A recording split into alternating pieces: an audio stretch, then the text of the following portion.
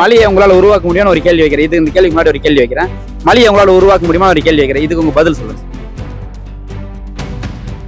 இயற்கையாக போராடுவோம். விஜய் அவர்கள் இதற்கு முன்னாடி என்ன போராடி இருக்கு? இயற்கைக்காக பேசுனது ஏதாச்சும் உங்களுக்கு தெரிஞ்சு, இல்ல ஒரு படத்துல கூட அவர் இந்த இயற்கைக்காக நடிச்சிருக்காரு, இல்ல இயற்கைக்காக சொல்லியிருக்காரு, எதனா உங்களுக்கு தெரிஞ்சு சொல்லுங்க. எனக்கு தெரியல, உங்களுக்கு தெரிஞ்சு நீங்க சொல்லுங்க. தமிழ்நாட்டோட மரம் பாத்தீங்கன்னா பனை மரம். ஆனா அந்த பனை மரத்துல இறக்குற கல் மட்டும் எப்படி நஞ்சாயிரம் எப்படி விஷமாயிரும்.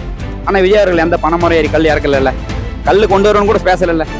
வீட்டு மேலே கை வச்சோ கோவம் வருது, தமிழ்நாட்டு மேலே கை வச்சோ கோவம் வராதுன்னு ஒரு கேள்வி. ஆனால் தமிழ்நாட்டு ஆளுன்னு மட்டும் எல்லாருக்கும் ஆசை இருக்கு. மண்ணுக்கு ஒரு பிரச்சனை நிற்கணும்ல. களத்தில் நாம் தமிழர் கட்சின்னு ஒரு கட்சி இருந்துச்சு. மக்கள் நிராகரிக்க என்ன காரணமா இருக்கும்? ஏன்னா இயற்கை சார்ந்த அரசியல் கொண்டு போறாங்க. இப்போ நம்ம கட்சி சார்ந்து போவோம்னா அந்த கட்சி நிராகரிக்க என்ன காரணமா இருக்கும்? அவருக்கு என்ன காரணம் இருக்குன்னா அவர் சரியான திட்டங்களில் சொல்ல மாட்டுறாரு. அவர் இப்போ நான் ₹1 மருத்துவம், ₹1 கல்வி, அதேமாரி நான் எல்கேஜியில் முளரும் மட்டு அதேமாரி சொல்கிறதுனால அது மக்கள் யாரும் நம்ப மாட்டுறாங்க. இளைஞர்கள் யாரும் வர மாட்டுறாங்க. அதனால தான் அவர் இயற்கைக்காக போராடுறது அந்த ஒரு கட்சியாக தான் இருக்கு தமிழகத்தில். இப்போ கூட மரங்கள்னு ஒரு காடுகள்னு ஒரு மாநாடு கூட நடத்தினாரு. இயற்கை சார்ந்து இருக்குன்னா கொஞ்சம் களத்துலேயே அவர் நல்லா பண்ணணும், நல்ல திட்டங்கள் ஊக்குவிக்கணும், அதாவது செயல்படுற திட்டங்கள்லாம் சொல்லணும். அவர் கொஞ்சம் செயல்படுத்த திட்டங்கள் தான் சொல்றாருன்னு. அதனால் செயல்படுத்துகிற திட்டங்களை தான் அறிவிச்சிருக்காரு. ஆடு மாடு வைக்கிறது அரசாங்க பணி, விவசாய அரசாங்க பணி சொல்லியிருக்காரு. ஒயின் ஷாப்பில் மது ஊற்றி தரம் அரசாங்க வேலையில் இருக்கான். ஆனாலுமே விவசாய கடனை தள்ளுபடி பண்ண மாதிரி கஷ்டப்பட்டு இறந்துன்னு இருக்காங்க, தற்கொலை பண்ணியிருக்காங்க. இப்போ விவசாயம் பண்ணுறது அரசு பண்ணின்னு மாத்துறாரு. இதை தவிர்த்து வேற என்ன திட்டம் சொல்லணும்னு நினைக்கிறீங்க?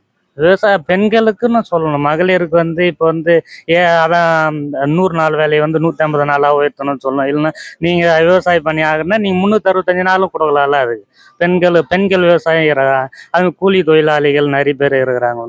அது கூலி தொழிலாளி நீங்கள் எடுத்துன்னு வரணும். அதே மொத்த டெக்னாலஜி வளர நீங்கள் விவசாயிகள் டெக்னாலஜி இப்போ நம்ம மணிக்கு 2000 1500 வாங்குறேன். அதெல்லாம் விவசாயிகளுக்கு நீங்கள் யாரை ஃப்ரீயாக இல்லைன்னா பாதி விதையில் கொடுத்தாவும் நல்லா இருக்கும். அதே மாதிரி திட்டங்கள் சொன்னாருன்னா அவர் வரலாம். இப்போ இயற்கை இல்லாமல் யாரும் வாழ முடியாது. அது எந்த கட்சியாக இருக்கட்டும். இயற்கை இல்லாமல், காற்று இல்லாமல், தண்ணீர்லாம் வாழ முடியாது. தண்ணீரை விற்பனை பண்ண தடை போடணும்னு சொல்றது நாம் தமிழர் கட்சியாக இருக்கு. இயற்கைக்காக போராடுறதும் நாம் தமிழர் கட்சியாக தான் இருக்கு. 260 வழக்கு வாங்கினதும் சீமானதாக இருக்கு. இது எப்படி பாருங்க? நம்ம கட்சி சார்ந்து போவேணாம், ஆனால் அவங்க செஞ்சிருக்கிறது இதுதான். அவர் செய்த இயற்கைக்காக போராடுறது நான் பெரிய விஷயமா தான் நினைக்கிறேன். ஆனால் இயற்கையை தாண்டி இன்னும் தமிழ்நாட்டு இயற்கையாலுமே நம்ம கொண்டு போவோம். டெக்னாலஜி, அதாவது தொழிற்சாலைகள் நிறைய வர வைக்கணும். நீ இயற்கையை மட்டும் வளர்க்கணும்னா தமிழ்நாடு வளராதா? சொல்றீங்க டெக்னாலஜின்னு. இப்போ கம்ப்யூட்டர் இல்லாமல் வாழ முடியும், சாப்பாடு தண்ணியெல்லாம் வாழ முடியாதுன்னு ஒரு கேள்வி வருது இல்லை?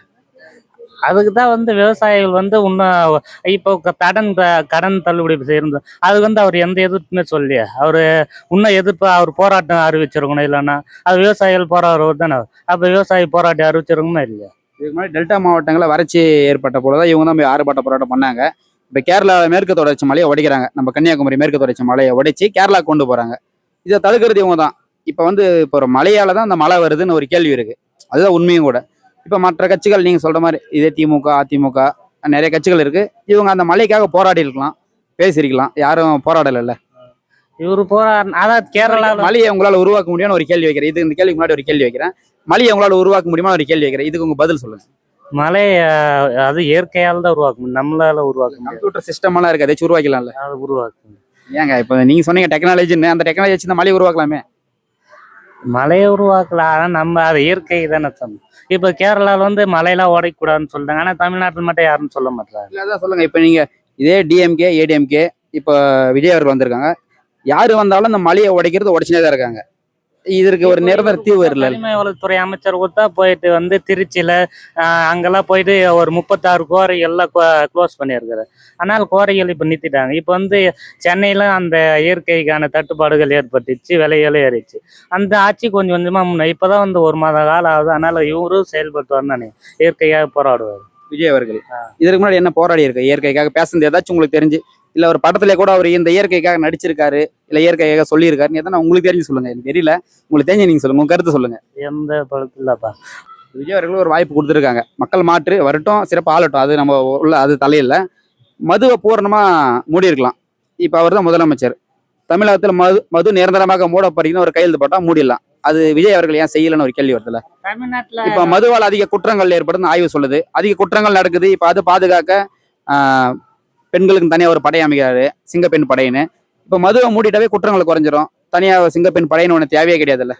அவர் ஏன் அதை செய்ய மாட்டேங்கிறாரு? நம்ம மது ஒழிச்சிட்டா போய் பக்கத்து மாநிலத்துல குடிக்க மாட்டாங்க, எந்த இதுவும் இல்லைல்ல. இப்போ தமிழ்நாட்டுக்கு ஒரு மெயின் சோர்ஸ், இன்கம் சோர்ஸே வந்து மதுபானங்கள் தான் சொல்றாங்க. அதனால மது ஒழிச்சிட்டா மட்டும் நம்ம வந்து குற்றங்கள் நடக்காதுன்னு சொல்லு, நிறைய குற்றங்கள் நடந்து தான் கொண்டு வரும். ஆனா மதுவால மட்டுமே குற்றங்கள் நடக்காது. இல்ல நீங்க சொல்ற மாதிரியே வரேன், மதுவால் அதிக லாபம் வருதுன்ட்டு. குடிச்சு மட்டும் 2.5 லட்சம் பேருக்கு மேல இது வரைக்கும் இறந்துருக்காங்க. 2.5 லட்சம் பெண்கள் தாலி எடுத்திருக்காங்க. இதே ஆந்திரா, கேரளா, கர்நாடகா, பாண்டிச்சேரி எல்லா இடத்துலயும் கல் விற்கிறாங்க. தமிழ்நாட்டில் மட்டும் கல் விற்பனைக்கு தடை. தமிழ்நாட்டோட மரம் பார்த்தீங்கன்னா பனை மரம். ஆனா அந்த பனை மரத்துல இறக்குற கல் மட்டும் எப்படி நஞ்சாயிரம், எப்படி விஷமாயிரும் அப்படின்னு ஒரு கேள்வி வருது இல்ல? சொல்றாங்க அவங்க வந்து பனங்கல்ல இறக்குறோம். ஆந்திராவில் வந்து இயற்கையா இருக்கிறாங்க. ஆனா நம்ம தமிழ்நாட்டுல மட்டும் வந்து பவுடர் கலைக்கு அவங்க வந்து போதைக்காக மட்டுமே விற்பனை பண்றாங்கன்னு தான் சொல்லிட்டு நீங்க சொல்றீங்க அந்த திராவிட ஆட்சி வந்ததுக்கு பிறகு தான் மது விற்பனை கொண்டு வந்தாங்க. கருணாநிதியை வந்தாரு, மது எடுத்து வந்தாங்கன்னு வச்சுக்கோங்க. மாறி மாறி ஆட்சி பண்றாங்க, மாறி மாறி 2 பேர் விற்கிறாங்க. யார் ஆட்சி வந்தாலும் சாரை மட்டும் அப்படியே தான் இருக்கு. குடிக்கிறத மக்கள், கஷ்டப்படுறது குடும்பம், லாபம் அரசாங்கத்துக்கு. அது ஒரு பக்கம் இருக்கட்டும். மது மது குடிச்சு இறக்குறாங்க, கல்லு குடிச்சு இறந்துருக்காங்கன்னு உங்களுக்கு தெரிஞ்ச யாராச்சும் ஒருத்தர் சொல்லலாம்? பவுடரு கலக்கட்டும், கல்லு குடிச்சு இறந்துருக்காங்கன்னு ஏதாச்சும் ஒருத்தர்? அவர் எதுக்கு கல்லால இப்ப வந்து பிரச்சனை வராது. ஆனா அதே மாதிரி ஊக்குவிக்கலாம். ஆனா அவர் எது போக போக பார்க்கணும் தானே. சொல்லலாம்ல. சரி, ஒரு பக்கம் மதுவும் குடிச்சுக்குங்க, ஒரு பக்கம் கல்லு கடையும் திறந்து விடலாம். ஒருவேளை எல்லாம் கல்லு குடிக்க போட்டா மது குடிக்க வர மாட்டாங்க, அரசாங்கத்துக்கு வருமானம் வராதோன்னு ஒரு கேள்வி அந்த நாள் கூட மாதிரி இருக்குமா? இப்ப வந்து ஃபர்ஸ்ட் ஸ்டெப் எடுத்துக்கிறாரு.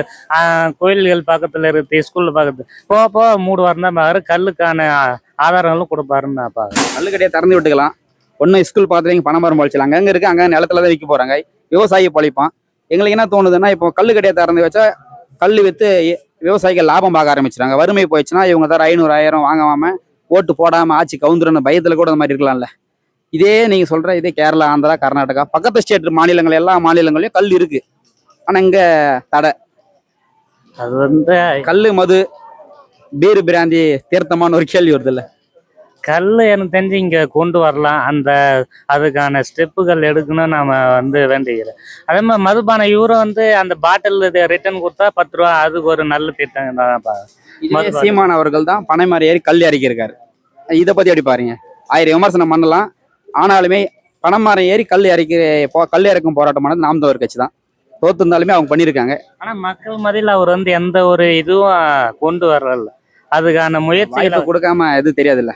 விஜய்க்கு வாய்ப்பு கொடுத்துருக்காங்க, செய்யறாங்களேன்னு தெரியுது மேல் தான். இவருக்கு ஒரு வாய்ப்பு கொடுத்துருக்கலாம். ஆனா விஜய் அவர்கள் எந்த பனைமரம் ஏறி கல் இறக்கல, கல் கொண்டு வரணும்னு கூட பேசல. விவசாயிகள் மட்டுமே அவர் முன்னேற முடியாதுன்னு எனக்கு அவர் வந்து இன்னும் ஒரு நிறைய திட்டங்கள், பெண்களுக்கான திட்டங்கள் கொண்டு வந்தால் அவர் மக்கள் மத்தியில் இருக்கலாம்.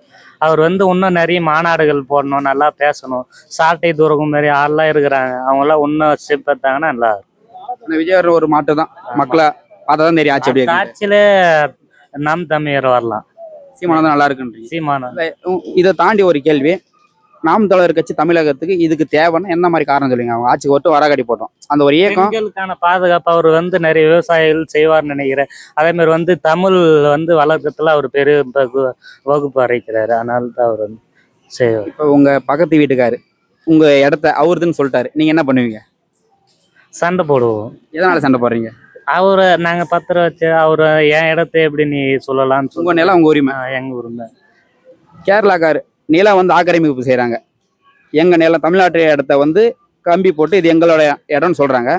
எல்லா கட்சிகளும் வேடிக்கை பார்க்குது. நாம் தமிழர் கட்சி மட்டும் ஆர்ப்பாட்டம் பண்ணி அந்த நிலத்தை மீட்டு எடுத்தாங்க. இப்போ மற்ற கட்சிகளும் இருக்குது. உங்கள் வீட்டை அதிகாரங்கன்னா நீங்கள் கேட்பீங்க, சண்டை போடுவீங்க. உங்கள் தாய் நாட்டை இது பண்ணால் ஏன் கேட்க மாட்டீங்க? ஒரு கேள்வி வருது இல்லை? அது வெளியே வரல, வெளியே கொண்டு வரல. எனக்கே தெரியல. அது வந்து வெளியே வந்தா கொஞ்சம் மக்கள் சப்போர்ட் பண்ணுவாங்க தான் சொல்லு. அதுக்கான வெளியே அந்த நியூஸ் வந்துச்சுன்னா நல்லா இருந்துரும். நிறைய கட்சிகள் இருக்குங்களா, இவ்வளோ கட்சி இருக்கு, மாறி மாறி ஆட்சிக்கு வராங்க. கேரளாக்காரர் வந்து நிலத்தை அப்படி அபகரிக்கிறப்போ எல்லாரும் ஏன் வேடிக்கை பார்க்க என்ன காரணமா இருக்கும்? வீட்டு மேலே கை வச்சோ கோவம் வருது, தமிழ்நாட்டு மேலே கை வச்சோ கோவம் வராதுன்னு ஒரு கேள்வி. ஆனால் தமிழ்நாட்டு ஆளுன்னு மட்டும் எல்லாருக்கும் ஆசை இருக்கு. மண்ணுக்கு ஒரு பிரச்சனை நிற்கணும்ல வந்து. அது தெரியல. அதுல நின்று இருக்கணும். மற்ற கட்சிகள் எல்லா கட்சியும் நின்று இருக்கணும், அது தப்பு தான். ஆனால் இவரு செய்து மீட்டு கொடுத்தது நல்லது.